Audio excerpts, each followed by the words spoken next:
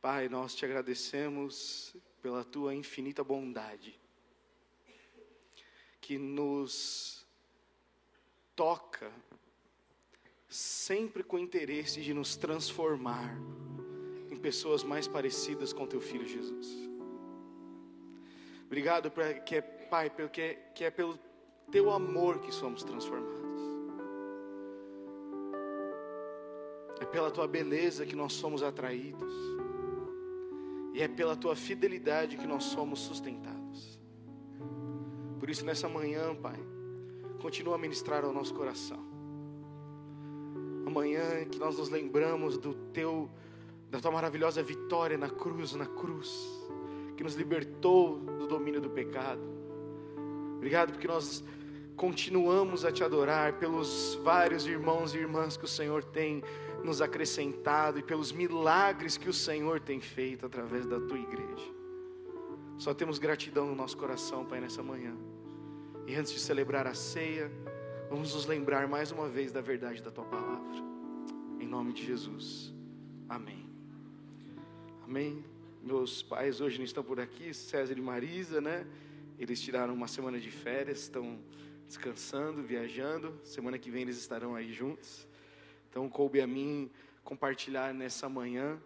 E eu gostaria de continuar esse estudo que nós temos feito sobre a nova aliança. E o assunto que eu quero conversar com vocês hoje é a lei de Cristo. Liberdade e amor. Você pode repetir essas duas palavras comigo? Liberdade e amor. Nós temos conversado sobre isso. Na semana passada o pastor César, meu pai, compartilhou algumas coisas. Eu quero partir de onde ele deixou. Nós precisamos nos lembrar constantemente, meus irmãos e irmãs, de que a Bíblia fala que nós somos... Opa, acho que resetou aí, Gisele. Perdão, foi eu aqui. A Bíblia fala que nós fomos salvos pela graça. Ou seja, não podemos fazer nada em nosso próprio esforço para nos salvar. Essa é uma verdade tão importante que foi citado no domingo passado, que eu quero lembrar novamente isso. O apóstolo Paulo diz isso lá em Efésios 2. Vocês são salvos pela graça, por meio da fé. E isso não vem de vocês, é uma dádiva, é um presente de Deus. Não é uma recompensa pela prática de boas obras, para que ninguém venha a se orgulhar. O apóstolo Paulo deixa isso bem claro. Não é por fazer tudo certo que Deus nos ama ou nos aceita. Nós só somos aceitos por Deus porque nós fomos incluídos na morte e ressurreição de Jesus. Amém, gente? Isso é libertador. Isso é uma das melhores notícias que nós poderíamos ouvir, era exatamente essa. Ele nos ama por causa que Ele amou Jesus. E quando nós cremos em Jesus, somos amados por Deus. Vocês estão aqui comigo ainda? Essa é uma excelente notícia. Então a graça, ela é muito mais que um favor imerecido. A graça é mais que isso. Eu coloquei aqui no slide para a gente registrar e para a gente ir aprofundando um pouco no entendimento. Nós somos a comunidade da graça. Você já perguntou por que nós somos comunidade da graça? Não é porque a gente dá coisa grátis. Não é porque a gente é engraçado. Nós somos a comunidade, a junção das pessoas que foram alcançadas pela graça. Quantos foram alcançados pela graça? Você tem consciência disso? Ainda quando estávamos escravos dos nossos delitos e pecados, Jesus Cristo morreu na cruz por nós, para que fôssemos livres. Essa é a nossa história, essa é a nossa realidade. Então a graça, ela é uma força capacitadora, que nos foi dada não apenas para nos perdoar os pecados cometidos, mas também para nos ajudar a não cometer mais. Porque senão a graça seria só sobre o passado. Recebi graça para o passado, e para o futuro? Para o futuro eu tenho que me virar. Para o futuro eu tenho que ser forte, eu tenho que andar na linha, eu tenho que fazer tudo certo, porque a graça só foi para o meu passado. Mas aí Deus não seria bom? Seria bom? Vem até mim, eu resolvo o seu passado, mas o futuro está na sua conta. Às vezes a gente pensa que é isso. Mas a verdade é que a graça de Deus, ela existe desde a criação do mundo e vai resistir até a volta de Jesus Cristo. Porque a graça não é uma coisa que Deus tem, graça é quem Ele é. A essência de Deus é graça. Então a graça, gente, ela nos empodera, ela nos dá poder para obedecer aos mandamentos de Deus. A graça não fala só sobre o pecado, mas a graça nos capacita a viver agora. Ontem nós estávamos no nosso encontro Nova Vida, e nós falamos isso. Hoje esse encontro, vocês que receberam Jesus como Senhor e Salvador da vida de vocês, foram cheios do Espírito Santo. Não acabou a vida. O encontro com Jesus é o início de uma nova vida. Porque senão era só a gente entregar a vida para Jesus e morrer. Mas não é isso. O Pai tem um propósito para mim e para você. Amém, meu irmão, minha irmã? Ele tem um propósito.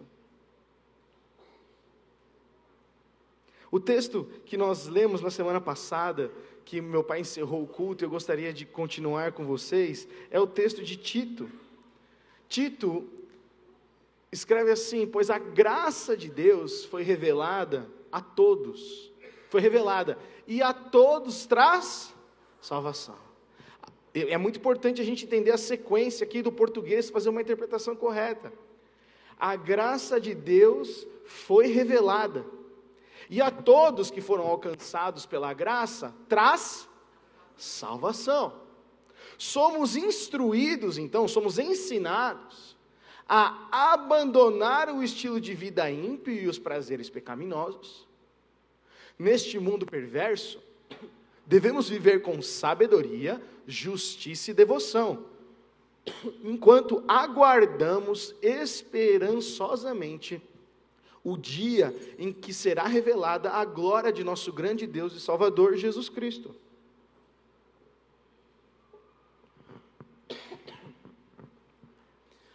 Essa carta está dizendo algo muito importante para a gente. A primeira parte da salvação, ele está relembrando, foi feito por graça. Foi feito por?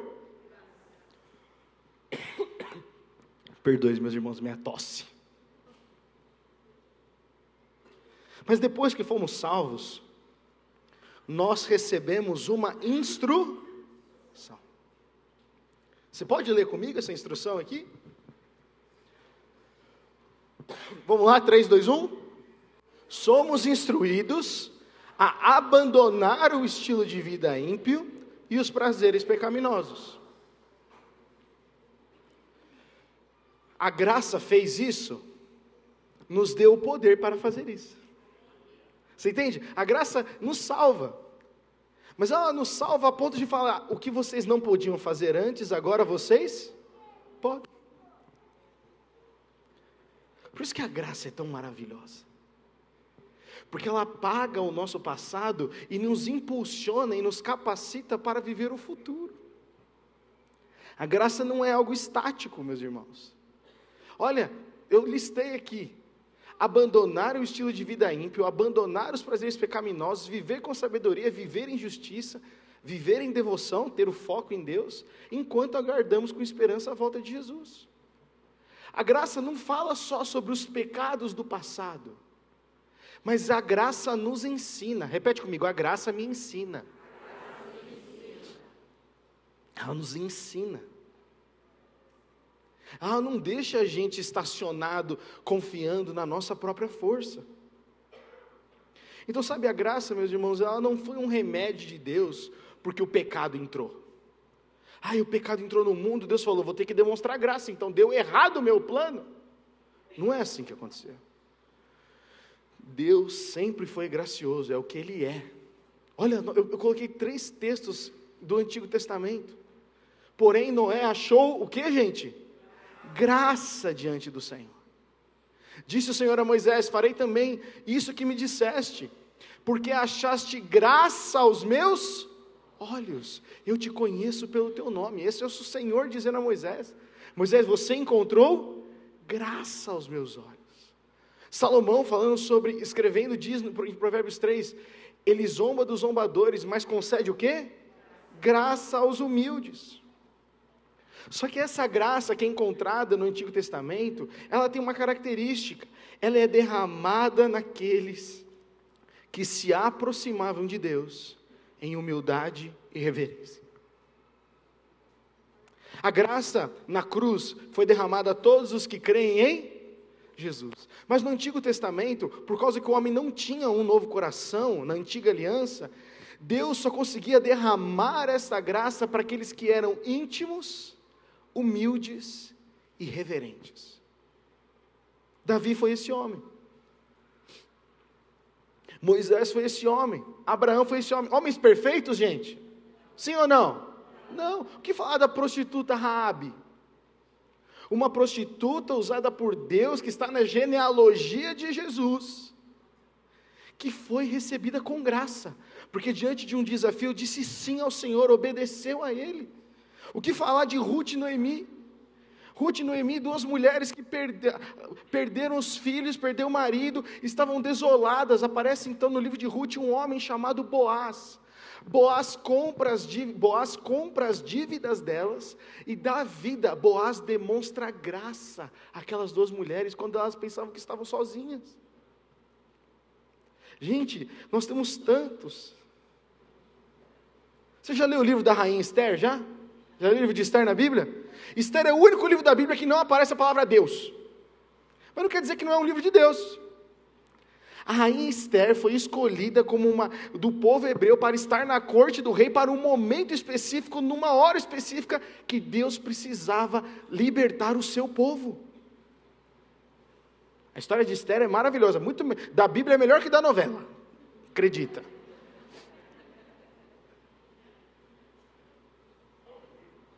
Deus demonstra a graça, porque isso é quem Ele é. Mas Ele escolheu derramar essa graça, que era no Antigo Testamento, sobre a vida de alguns.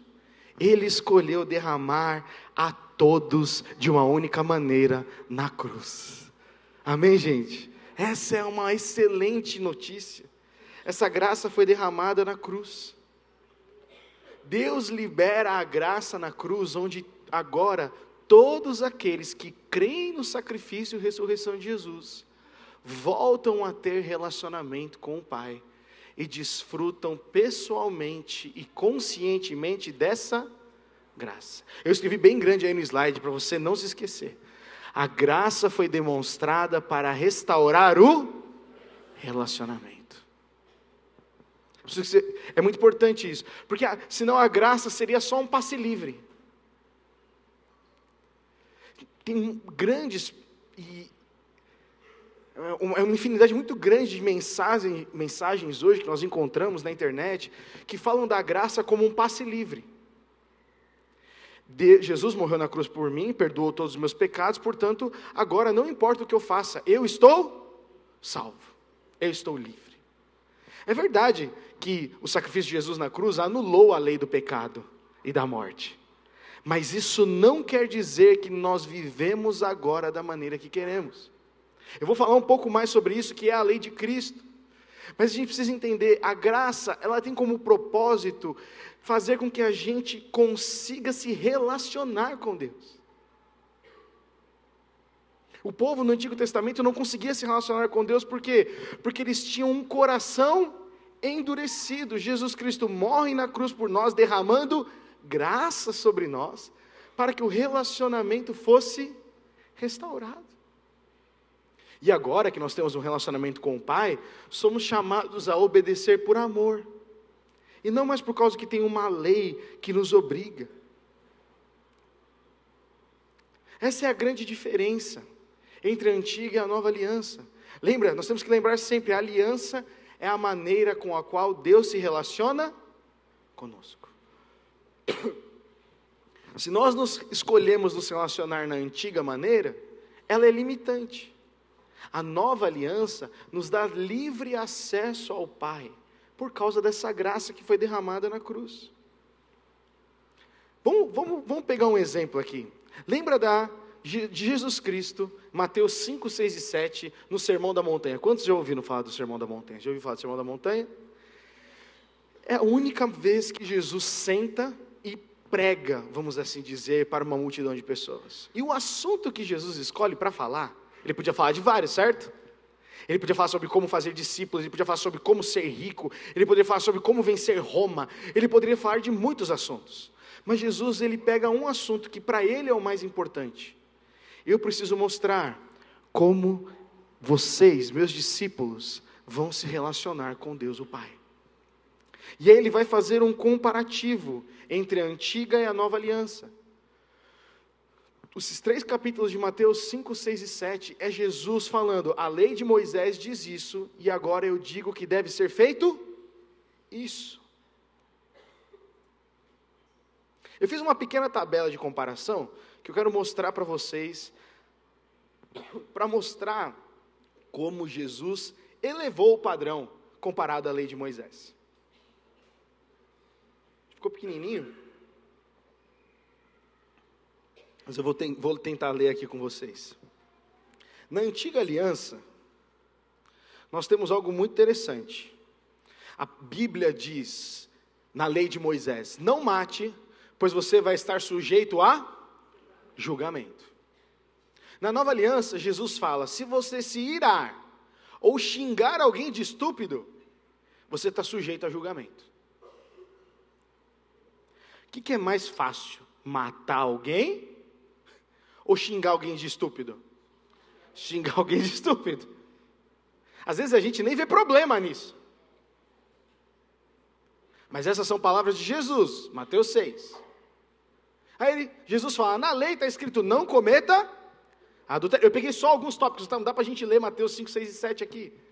Jesus fala, não cometa adultério. Aí, a lei diz isso. Aí Jesus fala, quem olhar para uma mulher com cobiça, já cometeu adultério em seu coração. Eita.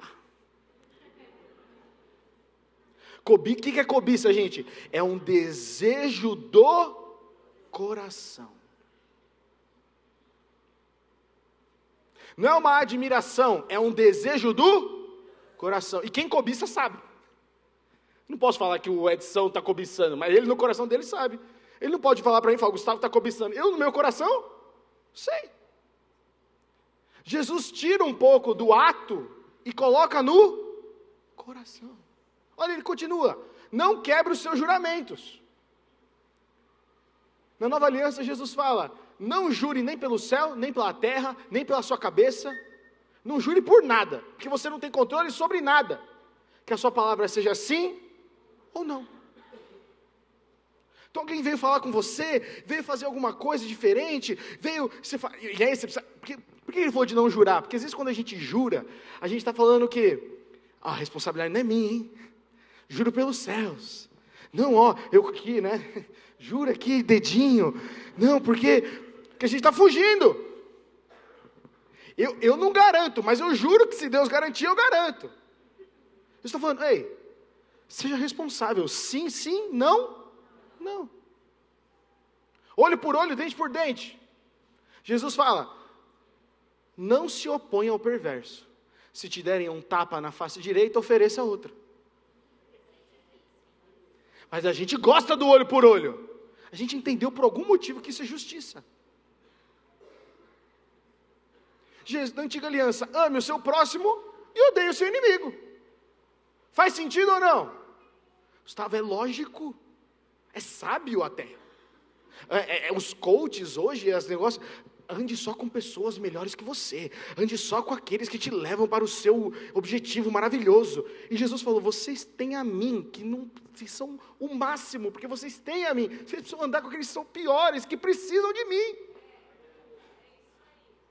E Jesus fala isso, ame os seus inimigos e orem por quem os persegue. Qual que é mais difícil de cumprir? A antiga ou a nova? A nova. E eu lendo esse texto, ontem eu fiquei, não é possível, Deus. Cara, você lê Mateus 5, 6 e 7, você fala, é impossível, é utopia, é ficção científica.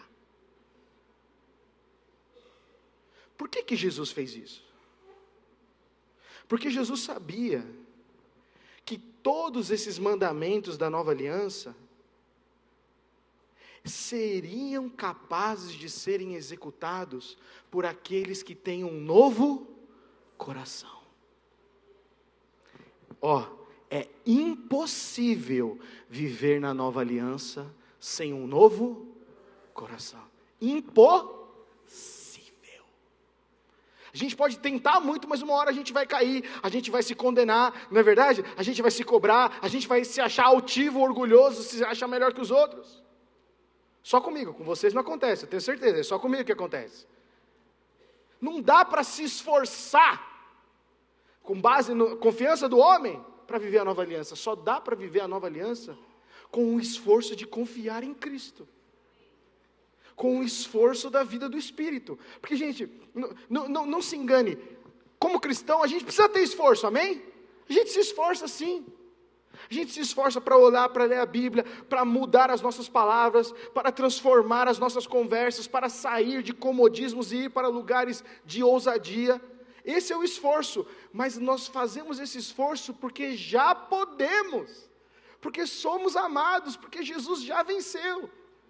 A gente não faz para Deus nos ver, a gente faz porque já somos vistos e amados. Está entendendo a diferença? Então a gente fala, não, o outro pessoal vai falar, então se Deus já fez tudo, eu vou ficar em casa. Se Deus já fez tudo, eu não preciso congregar com os meus irmãos na igreja. Se Deus já fez tudo, eu não preciso fazer nada. Por quê? Porque Ele já me salvou, Ele já perdoou, alguns são escolhidos, outros vão para o inferno, eu vou ficar na minha casa. O tempo que eu dedicava para fazer um G100, para participar de alguma coisa, para ser discipulado, para discipular, deixa quieto. Isso é tão egoísta.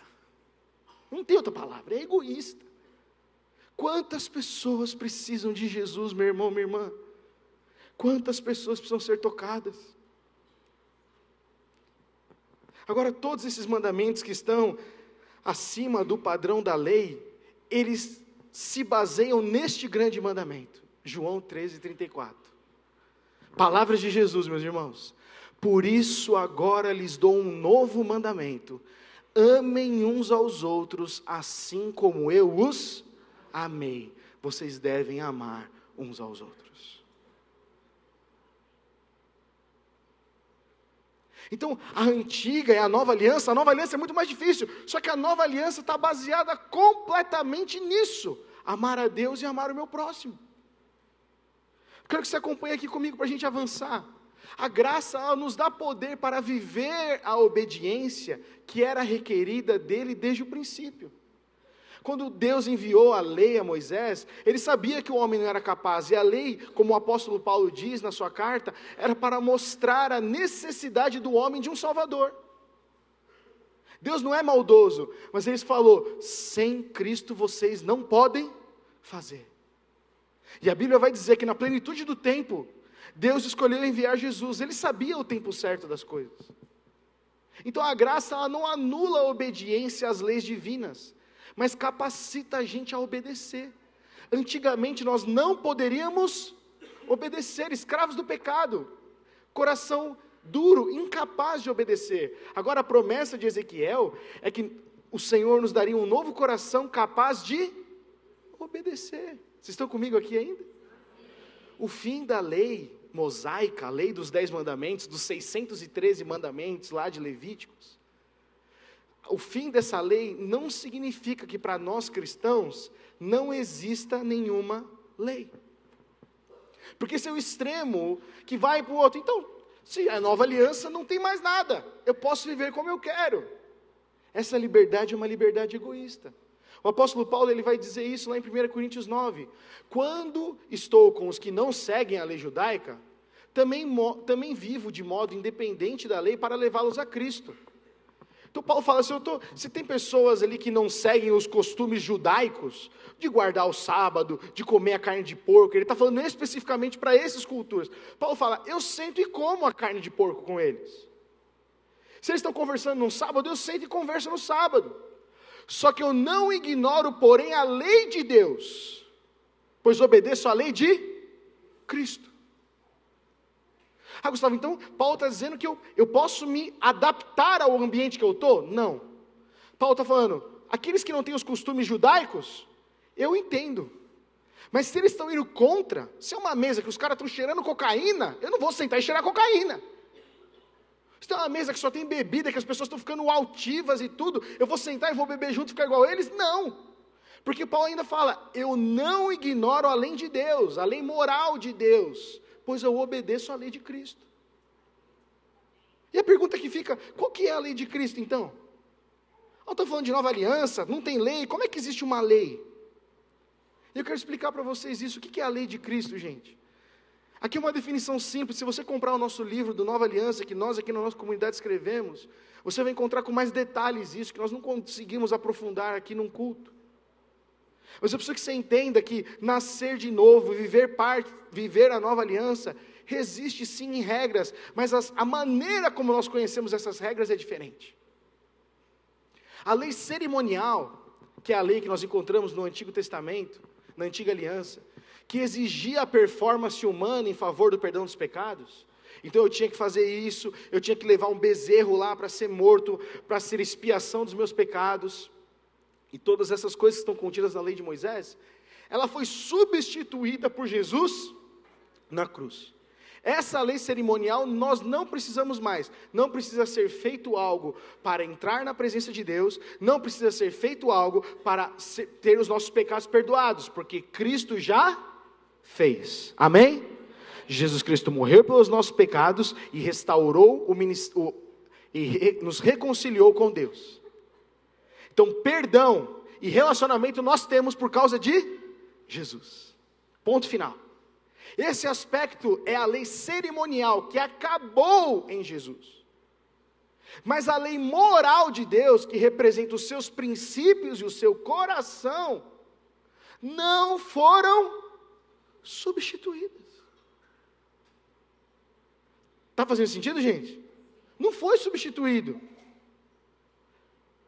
Vou dar um exemplo para você, para a gente entender melhor. O texto de Hebreus 7,2 diz isso, certo é que quando há mudança de sacerdócio, é necessário que haja mudança de lei. O que o sacerdote fazia na antiga aliança, gente? O sacerdote era a conexão entre o povo e Deus. Trocou o sacerdote. O grande sacerdote é Jesus Cristo, o Senhor. Então Cristo, ele morre pelos nossos pecados, e ele agora é esse grande sumo sacerdote. Com esse ato poderoso de graça, há então uma nova direção, a lei de Cristo. E essa lei nada mais é do que a lei da liberdade e do amor. Quando troca um governante, não é verdade, um prefeito, um governador, um presidente, às vezes as leis que estavam sendo aprovadas em um, o outro que assume depois, se tem uma vertente diferente, ele para. Porque ele está falando, aquela lei não representa o que eu acredito. Jesus está dizendo isso, a lei de Moisés era boa, mas agora eu estou trazendo algo melhor, superior. E esse é o grande desafio, porque viver na nova aliança é viver dependente de Jesus. Na antiga aliança a gente vive com base no nosso esforço, a gente se dá os créditos, a gente dá os próprios tapinhas nas costas. Parabéns, Gustavo, essa semana você sofreu por Cristo, hein? Na nova aliança, tudo que nós temos é pela graça de Deus, é pelo amor de Deus demonstrado em Jesus. Por isso que o apóstolo Paulo ele vai dizer isso em Gálatas 5. Para a gente caminhar para o final, a lei da liberdade e do amor. Porque vocês, irmãos, foram chamados para viver em liberdade. Fala para o pessoal do seu lado, você foi chamada para viver em liberdade. Liberdade. Mas agora fala, mas presta atenção no texto, presta atenção no texto. Somos livres em Jesus. Mas o apóstolo Paulo é muito sábio, ele fala, mas não a usem, porém, para satisfazer a sua natureza humana. Não usa a liberdade para fazer o que você quer na sua cabeça. Ao contrário, usem a liberdade para... Vocês estão aí ou não? O que está escrito aqui? Servir uns aos outros em amor. Pois toda a lei pode ser resumida num único mandamento: ame ao seu próximo como a si mesmo. Paulo cita Jesus em João. A Bíblia é maravilhosa porque ela tem essas conexões perfeitas.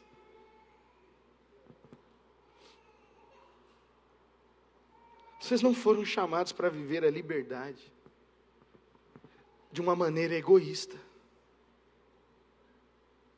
A liberdade cristã, se é baseada no Espírito Santo, sempre, presta atenção, sempre nos leva a servir e amar outras pessoas. Liberdade cristã não é fazer o que eu quero com o meu sábado, domingo, segunda, terça, quarta, quinta e sexta. Liberdade cristã é, Senhor, tudo que eu tenho é teu. Como eu posso servir os meus irmãos? Isso é maturidade. Isso é vida cristã. O resto é vida cristã / egoísta. Mas, gente, nós temos um tempo tão curto nessa terra. Daqui a pouco a gente morre. E quantas pessoas vão ter conhecido a Jesus por conta da minha e da sua vida? Não precisa ter dom de evangelizar, não precisa ter dom de ensinar, precisa ter amor, e o amor já foi derramado no seu e no meu coração por causa de Jesus. O que tem que fazer para ser líder, para ser pastor? Tem que amar a gente. Tem que amar as pessoas, enxergar os invisíveis, sentar para conversar, chamar para a mesa da casa, pagar um almoço na padaria, sentar com aquele que come sozinho no trabalho. Isso é o amor. Está escrito aqui ou não está? Eu estou inventando alguma coisa? Porque eu me empolgo, eu sei que às vezes, eu não estou inventando nada. A liberdade é para servir em amor. Ao ponto do apóstolo Paulo falar assim: minha liberdade eu escolhi ser escravo de Cristo. Olha o tamanho da consciência do apóstolo Paulo. A lei de Cristo, a lei da liberdade se resume nisso. Ser livre para amar a Deus sobre todas as coisas, ser livre para amar ao próximo como a si mesmo, e ser livre da lei, ou seja, de fazer isso para receber aquilo, vivendo sempre debaixo da pressão de ser perfeito para receber a bênção de Deus. Que, cá entre nós aqui, a gente que é crente, a maior parte da nossa energia é gasta aqui, eu tenho que fazer tudo certo. Se eu não for no culto de ceia, o meu mês vai dar errado, meu irmão. A ceia é para lembrar do que Jesus fez na cruz. A ceia não abençoa o mês. Quem abençoa o mês é Jesus Cristo no seu coração. Não tem nenhum poder aqui, tem? Tem poder aqui? O poder é lembrar. O texto de Lucas diz, lembrando do que Jesus. Quando a gente lembra do que Jesus fez por nós na cruz, isso tem poder. Jesus me tirou da escravidão e do egoísmo do meu coração e fez com que eu sentasse na mesa com meus irmãos e lembrasse daquilo que Ele fez por mim. Isso é a cruz. Isso é a ceia. Mas a gente faz, não, se eu fizer isso vai ter aquilo. A gente gasta muito tempo nessa mentalidade, só que isso não é ser livre, é ser escravo. Ser livre é ser livre para amar a Deus, sou livre para amar o meu próximo, e sou livre para fazer as coisas em obediência a Deus. Então a gente recebe essa capacitação pela graça. Nós éramos escravos, então a gente nunca podia ser livre para amar. A gente não poderia escolher amar o nosso inimigo, porque a gente só enxerga ele como inimigo. Nós nunca poderíamos ser livres para amar a pessoa que nos ofendeu, porque ela sempre vai ser a pessoa que nos ofendeu.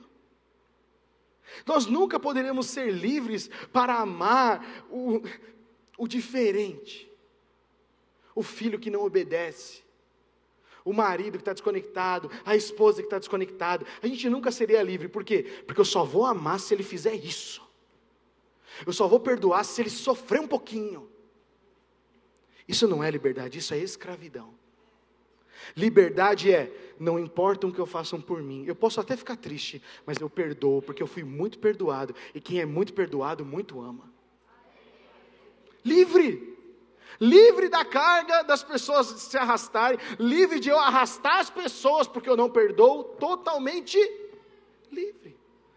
Você crê que isso é possível, meu irmão, minha irmã?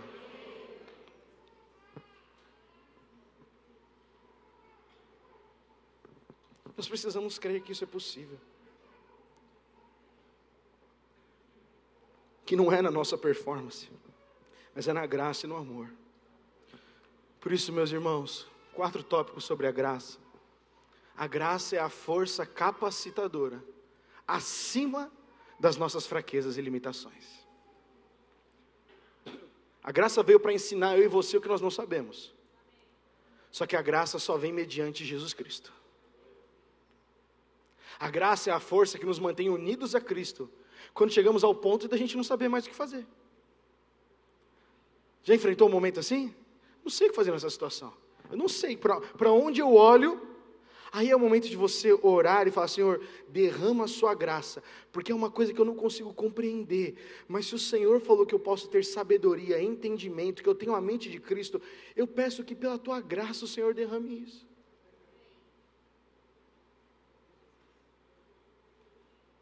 É essa graça que nós temos que viver. Não é uma graça que só está atrelada ao pecado, entende, meu irmão, minha irmã? É uma graça que nos capacita. A graça é o que nos mantém no caminho, mesmo quando as coisas não estão dando certo, pois é muito mais fácil obedecer a Deus quando está tudo a favor, né? Quando está tudo bem, a gente fala: estamos na bênção, estamos na graça. E quando está ruim, saiu da graça? Está nada aí que nós estamos na graça. Porque a graça é a bondade, é o amor do Senhor, que é por causa disso que nós não somos consumidos. A graça nos capacita a viver de maneira que agrade a Deus, quando tudo ao nosso redor nos desagrada, nos machuca e se opõe a nós.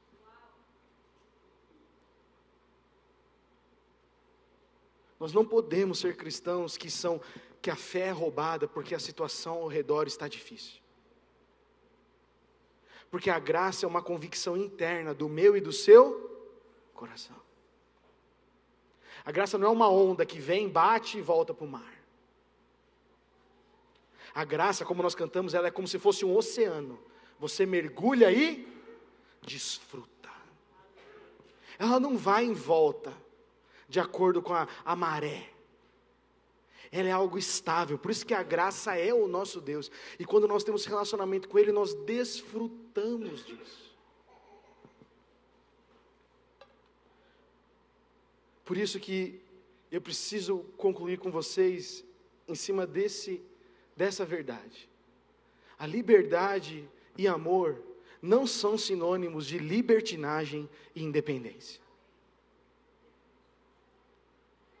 Nós vamos falar um pouco mais sobre a lei de Cristo nos próximos domingos, sobre essa graça capacitadora e poderosa. Quero convidar você a não só estar nos cultos, mas como comprar o livro, onde você pode ler melhor. Porque isso define se a nossa vida cristã vai ser baseada no nosso esforço, ou se vai ser baseada na confiança e na direção do Espírito. Judas escreveu isso no seu livro. Alguns indivíduos perversos se infiltraram em seu meio, sem serem notados, dizendo que a graça de Deus permite levar uma vida imoral. Porque é isso, como líder de jovens, vai fazer 11 anos que eu lidero jovens esse ano. O que a gente mais vê são jovens querendo encontrar, como eu preguei alguns domingos atrás, os limites. Até onde eu posso ir sem perder a salvação? Até onde eu posso ir sem pecar e receber um castigo de Deus? Qual que é o limite? Quem quer descobrir o limite, está planejando passar o limite.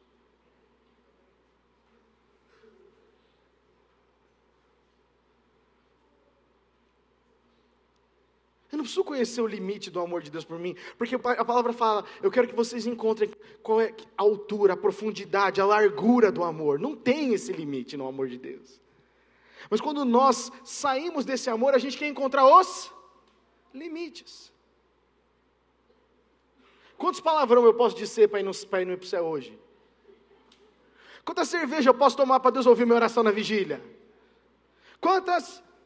A gente é louco para encontrar um limite, para viver na beirada dele. Só que na verdade é viver na beirada do precipício. É viver longe daquele que mais nos ama. Como líder de jovens, alguns infelizmente não estão mais conosco, eles ficavam fortemente irritados e entristecidos quando nós questionávamos eles sobre santidade no namoro. Ficavam bravos com a gente. Você tem que controlar a minha vida, porque eu faço o que eu quiser, porque eu sei o que. Você pode fazer o que você quiser, só que esse é um caminho de morte. A decisão é sua. Eu confio na liberdade e no amor. Ah, Gustavo, mas e os que erravam? Sempre estivemos com as portas abertas para restaurar, recuperar e falar: Deus continua te amando, porque o seu pecado não define mais você. Só que qual que é o problema? Eu estou dando um exemplo que acontece com os jovens, mas gente, você pode falar isso por qualquer jeito. É o cara que aqui no grupo do WhatsApp fica recebendo vídeo pornográfico. Isso aí não sai do grupo.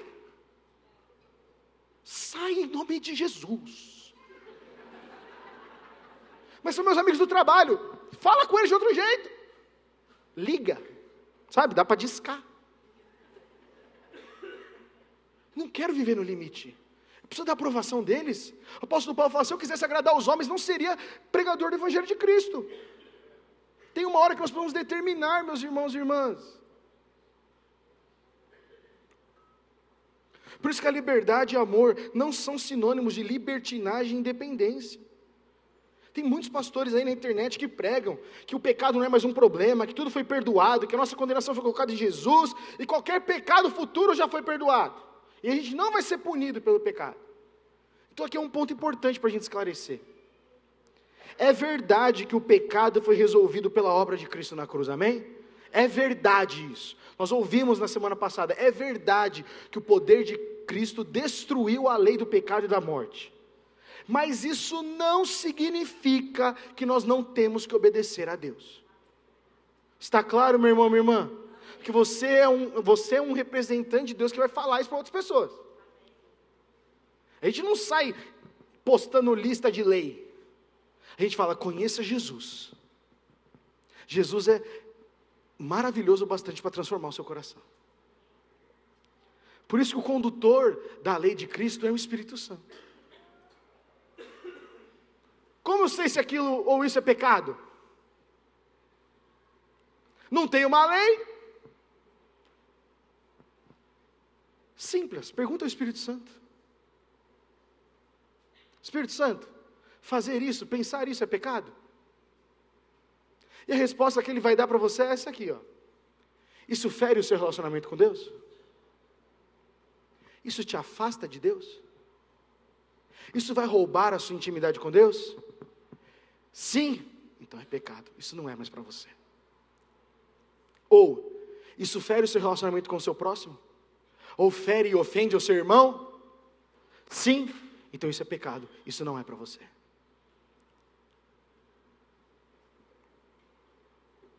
Simples ou não? O apóstolo Paulo diz isso. O apóstolo Paulo fala assim: se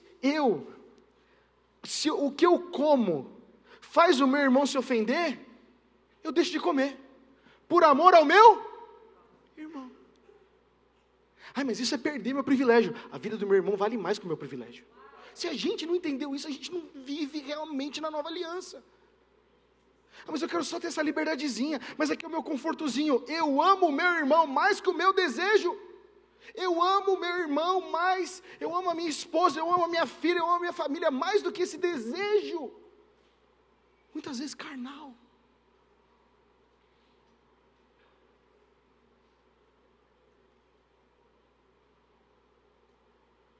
Nós convivemos muito com o pecado da idolatria, meus irmãos. Nós trocamos qualquer coisa. Nós temos célula, nós temos o culto de domingo, nós temos reunião de jovens, nós temos reunião de adoração, nós temos reunião de oração, nós temos tanta coisa nessa igreja. Mas é incrível como as pessoas trocam assim. E que é um desabafo do meu coração, não para trazer condenação, mas como um alerta, porque eu corro o mesmo risco. Eu gosto de Fórmula 1, tem alguém que gosta de Fórmula 1? Está tendo agora o Grande Prêmio de Barcelona. Não estou assistindo, gente, que coisa. Queria tanto, não deu para ver nem a qualificação ontem, estava aqui no Vida Vitoriosa. A Maíra sabe, eu gosto, eu deixo no meu celular assim do lado, vendo os carros passando.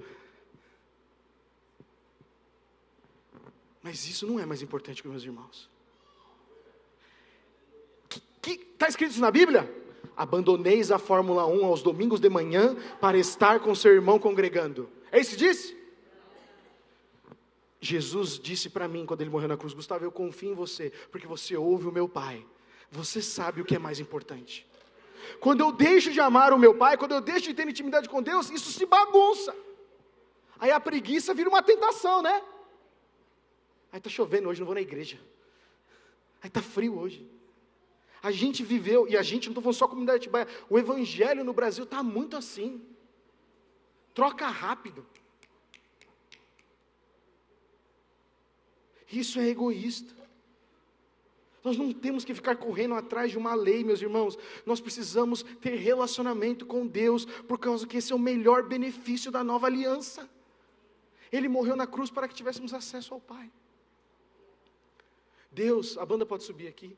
Deus confia tanto na obra do seu Filho Jesus na cruz, e no poder transformador que há naquele que se rende ao Espírito Santo, que Ele nos convida a viver uma vida de liberdade no relacionamento com Ele. Presta atenção aqui, ó. Deus confia em você. Vou falar aqui, ó. Oi, tudo bem? Deus confia em você. Vou falar para cá agora, para vocês não ficarem tristes comigo. Deus confia em você. Desde que você tenha uma vida cheia do Espírito Santo. Você percebe como a lei da liberdade é diferente? É a lei da liberdade e do amor. Fere o meu amor a Deus? Não faço mais. Por quê? Porque Ele é o amado da minha alma. Fere o meu irmão? Não faço mais. Por quê? Porque o meu irmão é com quem eu vou viver para sempre no céu. E eu não quero afetar o nosso relacionamento. Aplica isso agora na sua casa. Fere o seu filho? Fere a sua esposa? Fere os seus pais? Mas eu não consigo amar meu pai, não consigo amar minha esposa mais, não consigo amar meu marido, não consigo. Você não sabe o que Ele fez? Perdoa. Jesus Cristo morreu na cruz para nos perdoar e nos deu a capacidade de perdoar, amém? Nós temos todas as ferramentas para viver essa vida maravilhosa, todas. Tudo foi dado graciosamente na cruz. Agora cabe a nós, eu e você, falarmos: não, eu tracei o limite. Antes de você decidir um compromisso, você perguntar para o Espírito Santo: já parou para fazer isso? Eu não falo como se eu tivesse feito isso na minha agenda inteira. Muitas vezes eu falho, porque eu estou tão angustiado para tentar resolver alguma coisa, ou para tentar ter um lazer, ou porque eu mereço um descanso, que eu não pergunto para Deus onde eu deveria estar, com quem eu deveria estar. E eu preciso pedir perdão para Deus por isso. Porque ou eu vivo debaixo da lei, onde eu faço tudo para o meu próprio benefício, ou eu vivo debaixo da lei de Cristo, onde tudo que eu tenho, eu entrego em liberdade para amar a Deus e amar o meu próximo. Por isso a graça, meus irmãos, não veio nos libertar da lei, no sentido de não obedecer à lei moral de Deus, sua vontade e os seus princípios. A graça, ela tirou de nós a incapacidade de obedecer, nos dando um novo coração capaz de obedecer. Só que agora a gente pode obedecer uma lei que nasce dentro do coração do Pai, e só é descoberta no relacionamento. Você não vai encontrar nessa igreja uma nova lei. Qual que é o compromisso dessa igreja com isso? O que essa igreja faz com isso ou com aquilo? Meu irmão, a nossa lei chama Bíblia, a palavra de Deus. Não tem nenhuma outra interpretação fora dela. É a palavra de Deus. Como é que vocês fazem com casais, com filhos, com noivos, com crianças? Temos materiais, cursos, livros. Pergunta pra gente, faz parte de uma sala que você vai descobrir tudo. Mas nós aprendemos esse princípio. Quer conhecer mais? Tenha relacionamento. Quer conhecer mais de Deus? Tem relacionamento. Quer saber como nós que estamos aqui servindo, fazemos na nossa casa, com as nossas finanças, com os nossos filhos? Tem relacionamento. Por isso que existe a célula. Fica a dica aí, por isso que existe a célula. Eu não sei como falar com meu filho. Vai para uma célula, que tem alguém que já passou por isso. Eu não sei como fazer com a minha empresa. Vai para uma célula. Por isso que as salas não podem ser grandes, tem que ser pequenas. A gente conhece todo mundo pelo nome e tem tempo de relacionamento.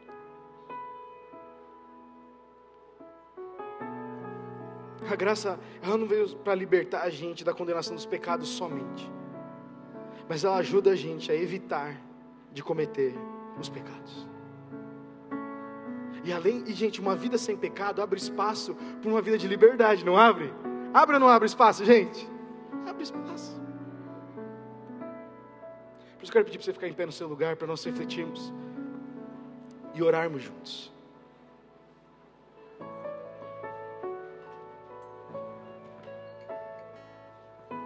A pergunta que eu quero deixar para você orar e você refletir no seu coração. Como eu disse aqui, nós não somos a polícia do lazer. Nós não somos contra você ter tempo com a sua família. Não, absolutamente nada disso. Somos criados para viver em família. A família é uma prioridade de Deus. Mas quando você vai encarar que esta família também é a sua família, esta igreja também é a sua família. Porque esse é o salto de maturidade. É o salto de onde a gente vem para receber e a gente começa a dar. A graça nos leva para fugir disso. A graça nos faz com que a gente fuja da solidão e nos convida para a unidade no relacionamento. Então, minha pergunta, meu irmão, minha irmã, para você nessa manhã é se você tem sido guiado pelo Espírito Santo. Porque Ele é o condutor da lei de Cristo, amém? Ele é o condutor, é Ele que vai dizer. Só que para isso você precisa ter intimidade, e eu preciso ter intimidade com o Espírito Santo. Não adianta eu depender da intimidade do Rick. Eu posso pedir conselho para ele, certo? Mas é diferente quando você ouve da boca de alguém e quando você ouve o próprio Espírito Santo falar com você, é ou não é? É diferente. Você não precisa de convencimento, não. Você sabe. Por isso, se você não tem sido guiado pelo Espírito Santo, dificilmente você está desfrutando da liberdade do amor. Você pode estar vivendo na lei da performance, na escravidão da aprovação. Escravidão da aprovação às vezes pode ser só, você quer mostrar que você está livre, você quer mostrar que você está isso, você está vivendo aí. Sou livre, posso fazer o que quiser, não tenho mais responsabilidade. Isso é coisa de criança. Agora, se você tem sido guiado pelo Espírito, você deve estar desfrutando da liberdade e confiança, amando os outros, mesmo quando você não recebe. Eu quero chegar nesse nível, amém, meus irmãos? Eu quero. Mas para isso eu tenho que fazer igual Romanos 8. Vivam pelo Espírito e de maneira nenhuma satisfarão os desejos da carne. É pelo amanhã. Você consagra ao Senhor o seu dia. É durante o seu dia, você fala em Espírito, porque Ele está com você. É à noite, quando você agradece e lembra das coisas que o Senhor fez. É muito simples, mas precisa de uma atitude minha e sua, amém? Por isso, feche seus olhos.